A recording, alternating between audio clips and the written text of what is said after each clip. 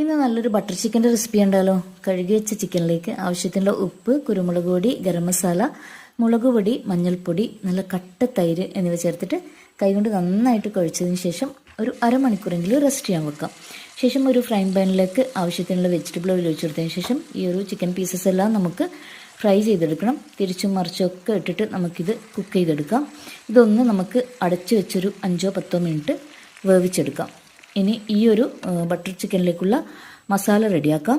അപ്പോൾ അതിനുവേണ്ടി ഞാനൊരു സോസ് പാനിലേക്ക് 50 ഗ്രാം ബട്ടർ മെൽട്ടാക്കി എടുക്കുന്നുണ്ട്. ഈ മെൽട്ടായ ബട്ടറിലേക്ക് നമ്മൾ എടുത്തു വെച്ചിരിക്കുന്ന ഒരു സവോള, കട്ട് ചെയ്ത സവോള ജസ്റ്റ് ഒന്ന് വഴറ്റിയെടുക്കാം.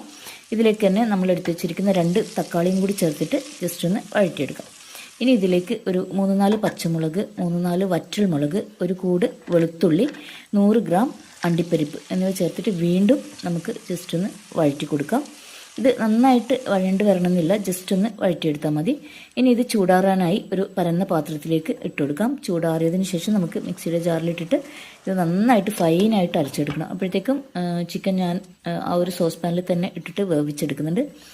ഇനി ഇതാ നമ്മുടെ മസാല ഈ ഒരു മിക്സിയുടെ ജാറിലിട്ട് ഫൈനായിട്ട് അരച്ചെടുക്കാം. ഇത്തിരി വെള്ളം ആവശ്യമാണെങ്കിൽ ചേർത്തെടുക്കാം. തിക്നെസ് നമ്മൾക്ക് എത്രത്തോളം ആവശ്യമുണ്ടോ അതിനനുസരിച്ചിട്ട് വെള്ളം ചേർത്തിട്ട് കൂട്ടിയും കുറച്ചും എടുക്കാം.